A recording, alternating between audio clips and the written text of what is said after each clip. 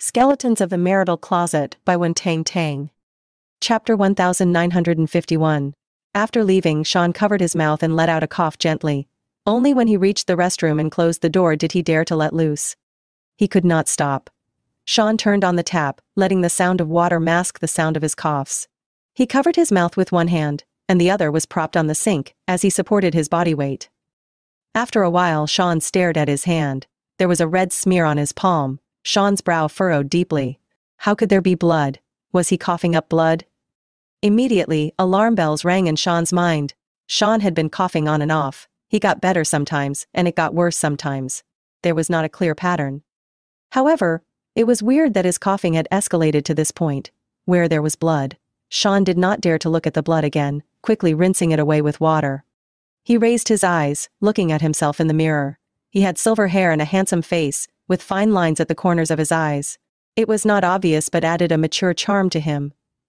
He was happy now, happy that everything revolved around him. Nothing will happen, I'm just overthinking. Maybe it's just because of the recent weather. It's only a little blood, Shawn muttered to himself. He decided to spare some time to go to the hospital for another checkup. He really could not afford to have anything wrong with him. He wanted to grow old with Gale and watch Joshua and Nicole grow up. When Shawn returned to the living room, the TV was still on, but the kids were nowhere to be found. Coincidentally, it happened to be a TV show starring Ivy. "Mr. Wood, Mom has taken Joshua and Nicole upstairs to rest." He nodded faintly and asked, "Give me the doctor's number. I have something to ask him." "Yes." Shawn got the number and rang up the doctor. "Last time I had a checkup for coughing. All the results showed no abnormalities." "Isn't that so?" Shawn inquired. "Yes, Mr. Wood. Your lung condition is still good. My suggestion is to smoke less, and if possible, quit smoking altogether." "Is there a possibility of a mistake?" The doctor immediately replied, "This is a matter concerning your health, there won't be any mistakes. You are our valued customer. We had the most senior professional pulmonary specialist examine you, you can rest assured. The employees under the Wood Group have been coming to this hospital for years. Every year the company's routine checkups for employees were conducted in this hospital." Even the head of the hospital was polite and respectful to Shawn. How could they possibly get Shawn's test results wrong? Understood. Shawn was about to hang up when he suddenly remembered something. "Keep this completely confidential. Don't disclose any information to anyone." "Yes, Mr. Wood." Shawn held the phone, gazing quietly out the window. He glanced around to confirm that only he was in the living room. No one heard the conversation just now. Of course, no one would dare to eavesdrop. As Shawn was about to return to the master bedroom, his phone rang again. This time, it was Ivy calling. "Hello. I just got home. Right now I'm the only one here," Ivy said. "What about the listening bug?" Chapter 1952. "It's still in the original bag, but for safety reasons, I've placed that bag in my personal assistant's room," Ivy explained. "Got it. What did Orem say to you today?" Shawn responded with a nod. He confessed, he was very sincere and serious. He said he likes me, he doesn't mind my past with Paul. He admires me, and is attracted to him. He also said he hopes I won't look down on him because of what happened between him and Gale. Ivy paused. "That's enough," Shawn interrupted. Orem was disgusting. He dared bring up the matters of that night while confessing his feelings to Ivy. Ivy tightened her grip on her phone. "Mr. Wood, even though both you and I know nothing happened between Orem and Gale that night, we still can't find any evidence. Orem won't admit it. He even insisted in front of Paul that he had sex with Gale." "What more in front of me? Be patient. There will be opportunities," Shawn reassured her. Now, Ivy was Orem's girlfriend. She could openly enter Orem's house, sit in his car, go through his belongings and more.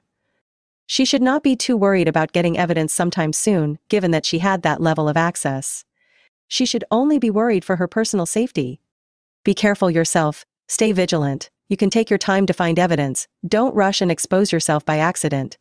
Otherwise I may not be able to save you," Shawn advised. Shawn could not predict how ruthless Orem had become. If Ivy accidentally exposed herself and Orem noticed, she might be in danger. Shawn always remembered the murderous intent in Orem's eyes. "Okay, I'll be careful," Ivy replied. "Even if you don't find anything, it's okay, there are other ways. At most, we'll buy time and wait. Ivy, your safety is the most important thing, understand?" Shawn reiterated firmly.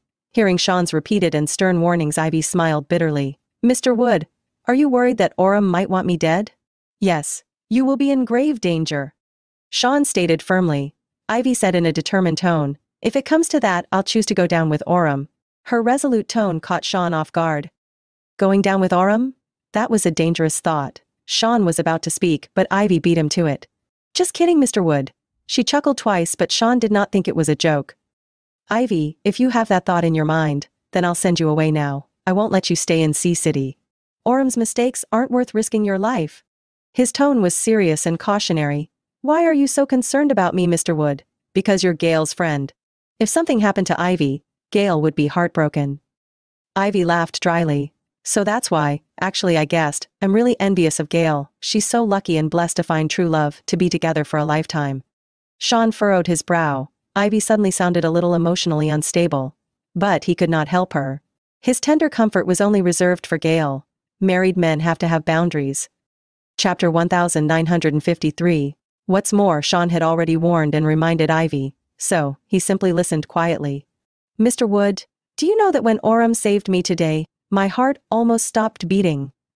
When we first met each other, he also saved me. There was a huge swell and numerous bruises on his back. Fortunately, he didn't injure his bones. It's lucky that he'll be fine with some rest.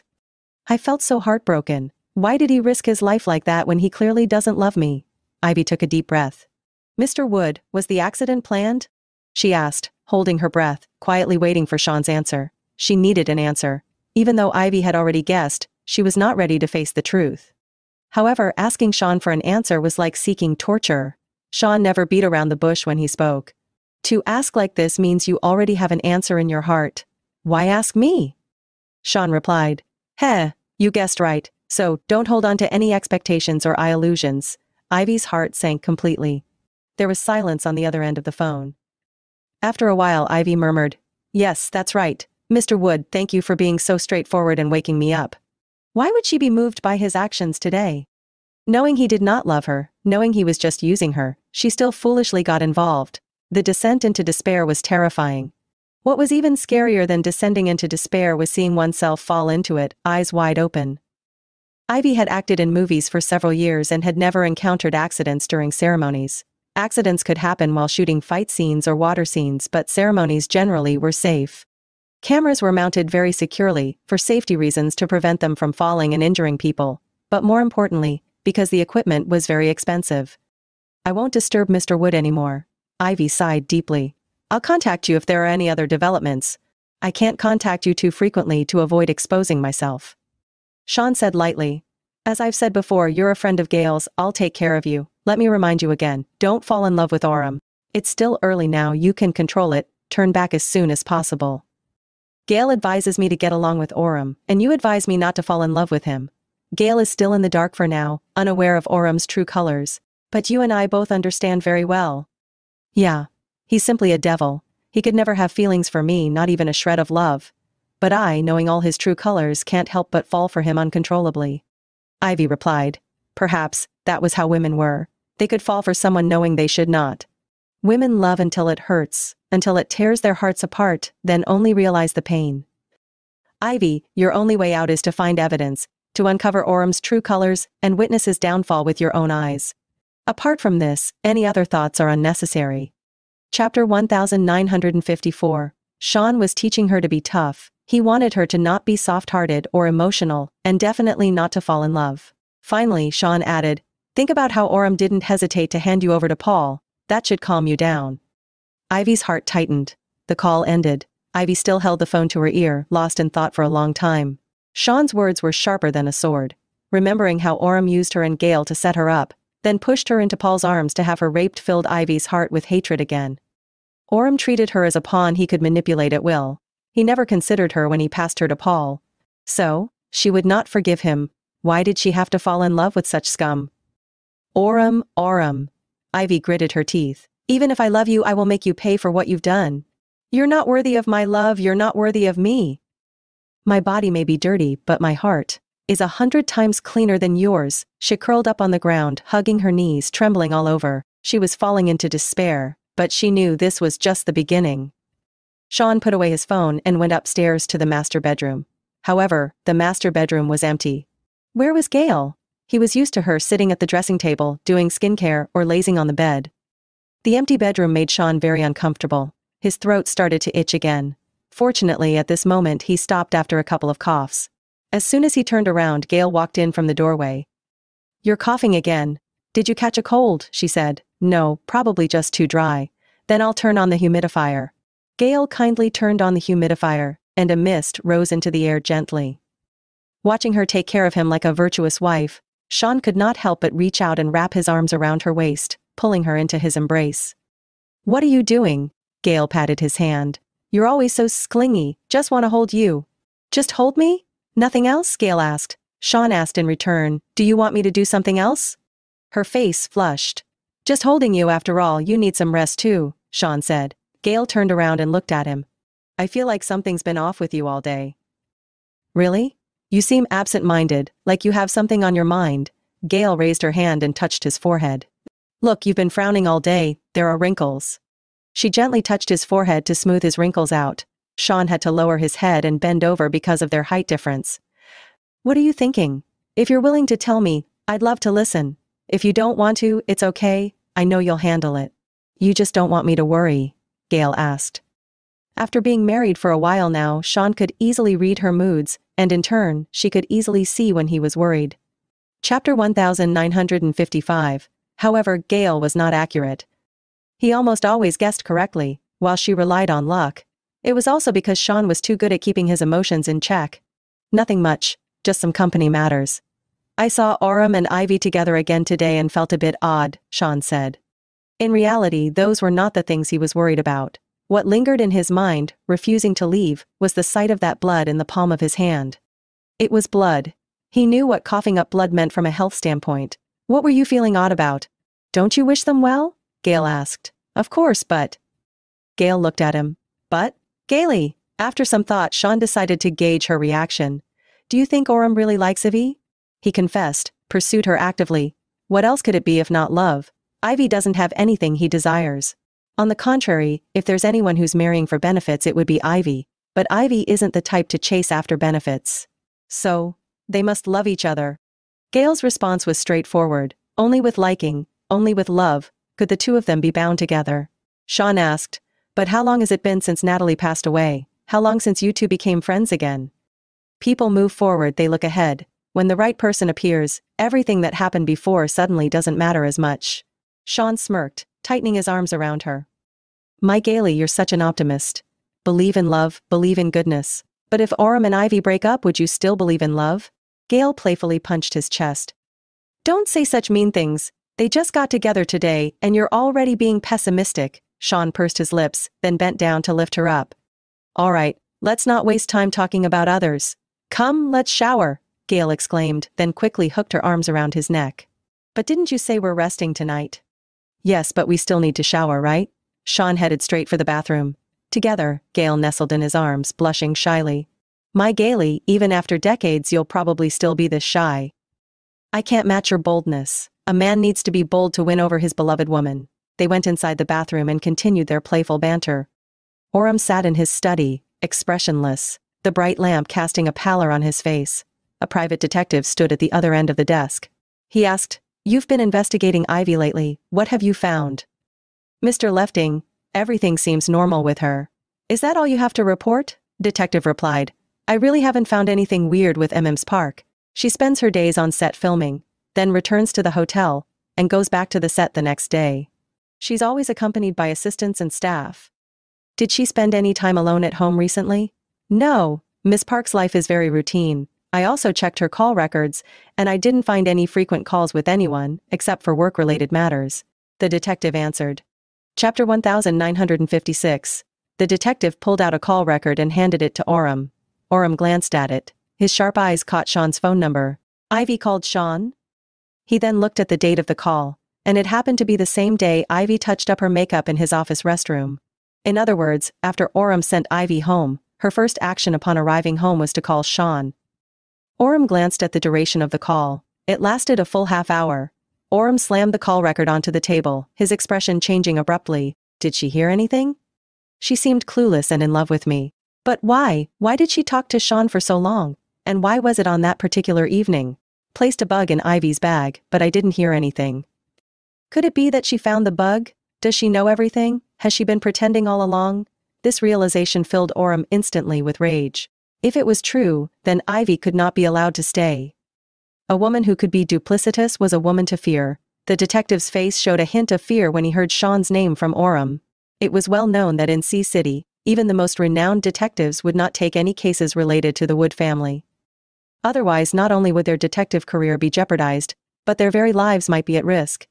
"You're useless," Orem pointed at the detective. "After all this time, you can't even investigate a woman properly. What's the point of me hiring you at such a high price?" "Mr. Lefting, I tried my best," the detective said. He had done his utmost to investigate all of Ivy's activities. He was even close to tapping her phone.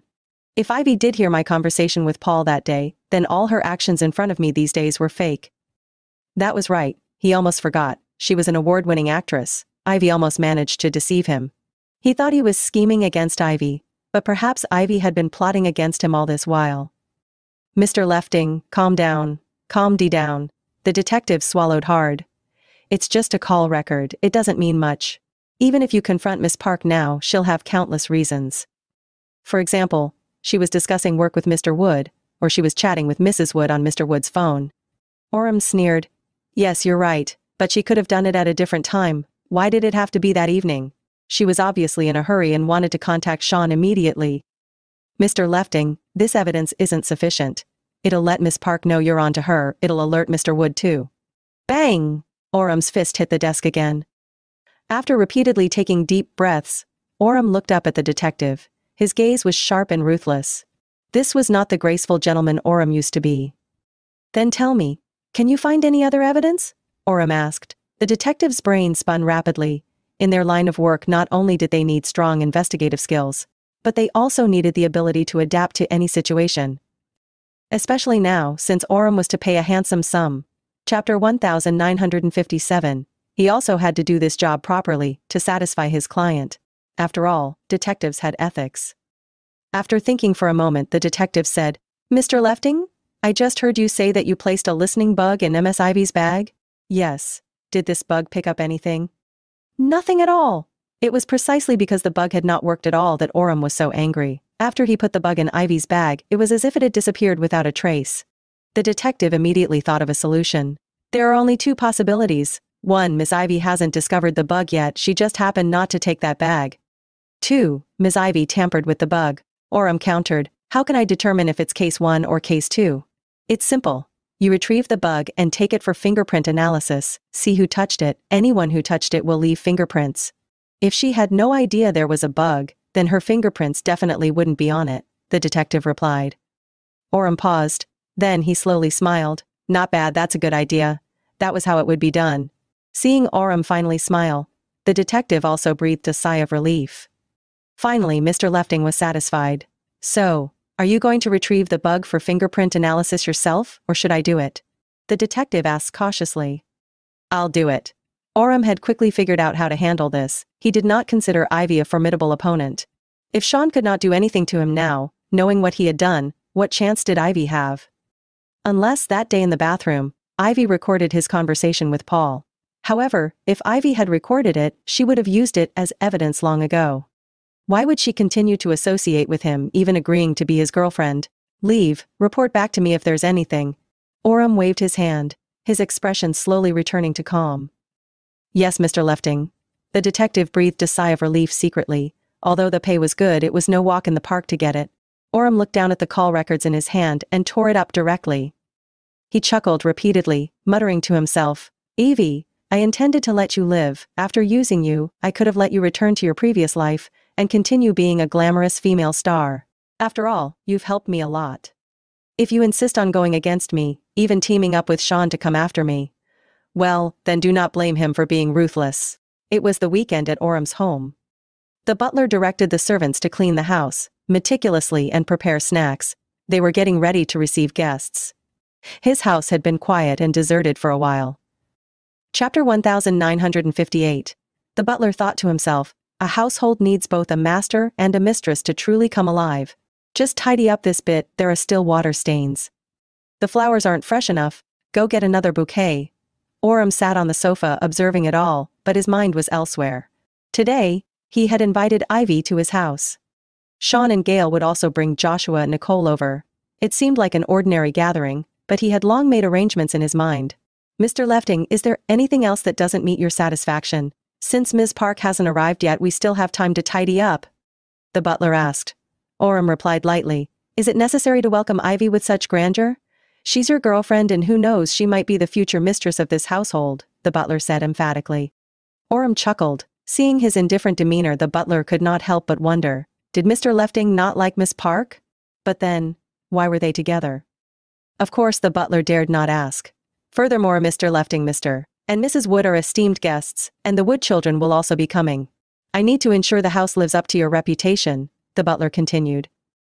Orem waved his hand, indicating for him to continue. As the butler turned away, he saw Ivy walk in. Miss Park, you've arrived. Ivy was dressed casually today, in a white sports jacket and skirt, showing off her long slender legs. She had also applied light makeup, looking much more refined compared to her usual laid-back self. Most importantly, she was carrying a bag. Orem recognized it immediately as the bag he had placed the bug in. However, his gaze lingered on the bag for only a second before quickly moving away. Morning, why did you come on your own? I was planning to have the driver pick you up. He got up and walked toward Ivy. I just woke up and came over, it's boring staying at home, might as well accompany you. Ivy laughed and threw herself into his arms, encircling his waist, her chin resting on his chest. Orem tousled her hair. I messaged you and got no reply. I thought you were still sleeping. I wanted to surprise you with my sudden appearance. Yeah, quite a surprise. Also, it's my first time visiting your place today. Ivy looked around. It's even more luxurious than I imagined. Orem raised an eyebrow. Then are you staying? He was inviting her to move in. Since they got together, they seemed affectionate. In reality, every action was an undercover task. Ivy's heart sank. She knew very well that Orem was not inviting her to move into the left residence to live together. He wanted to monitor her every move more closely and to keep her completely under his watchful eye. I'm filming, so I'll be staying at a hotel near the set for convenience. Your house is a bit far, it's not convenient to commute back and forth, she replied with a smile. I can have the driver take you. I'd rather use that time to sleep. Orem pursed his lips, remaining silent. Ivy grabbed his hand and gently shook it. Can we talk about it after I finish filming this movie?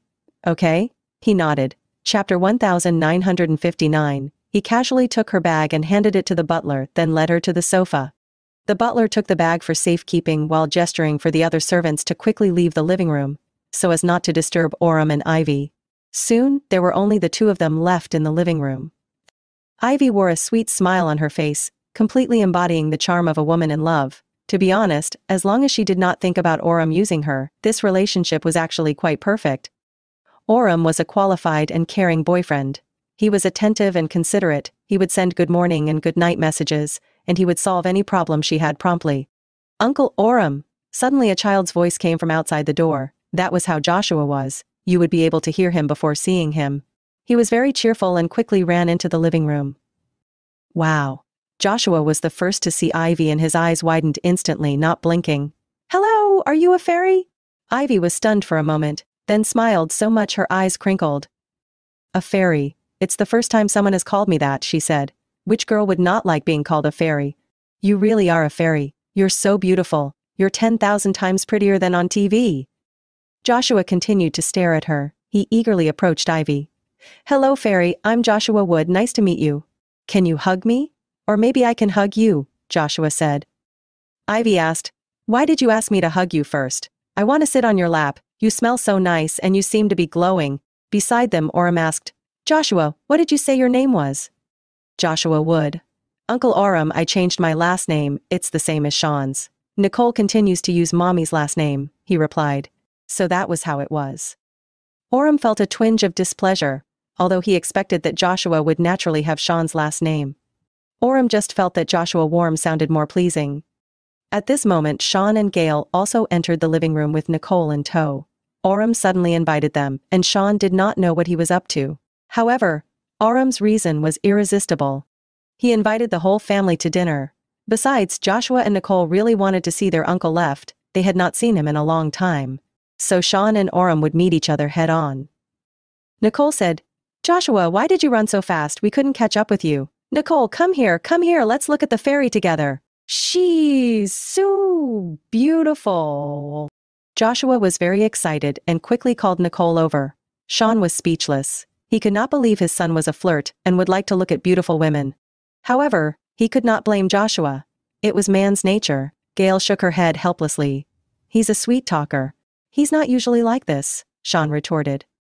It can only mean that you don't know your son well enough. If he likes someone, he'll praise them endlessly, making them feel over the moon. If he doesn't like someone, he either ignores them or shows all kinds of disdain, Gale replied. Chapter 1960. Shawn raised an eyebrow. So, was I someone he didn't like? You guys need to sort it out, Shawn snorted coldly. Is this Aunt Ivy? Nicole also looked at Ivy. You have such big and bright eyes and such fair skin, you're really pretty. Ivy covered her face. If you keep praising me like this, I'll get embarrassed. Can fairies get embarrassed? Joshua asked. Yes, they can. Hello Joshua, nice to meet you. You're even cuter in person than in photos, a real little handsome boy, Ivy replied, reaching out to pat Joshua's head. Joshua straightened his back, striking a pose. That's right, I'm very handsome, and very cool too. Nicole is very beautiful too. A charming and beautiful little princess, Ivy praised Nicole again. Nicole asked, Aunt Ivy, will I be as pretty as you when I grow up? The fact that Ivy's appearance could receive such high praise from two children was enough to remind everyone how beautiful she was. In the entertainment industry, her beauty was unparalleled. So, when Shawn needed a spokesperson for Levito, Gale thought of Ivy.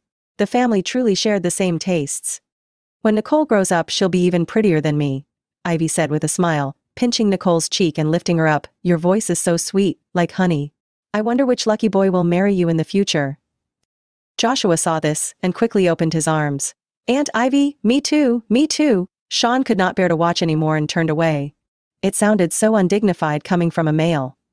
Normally Joshua would not show this side, he was speechless. Orem was also surprised that Joshua and Nicole liked Ivy so much. He chuckled. You two, are you only interested in your Aunt Ivy now and don't care about me anymore? Joshua and Nicole replied in unison. No, Uncle Orem, we came here today just to see you. Yeah, Uncle Orem, it's been a while and you've become even more handsome. Only someone as handsome as you could find such a beautiful Aunt Ivy. The two kids had a way with words. Orem opened his arms. Do both of you want a hug from Ivy?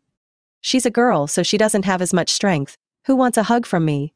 Joshua and Nicole looked at each other, neither of them really wanting it. Nicole, you go. Why don't you go yourself, Joshua? Ivy could not stop smiling. Gale, your two children are so adorable.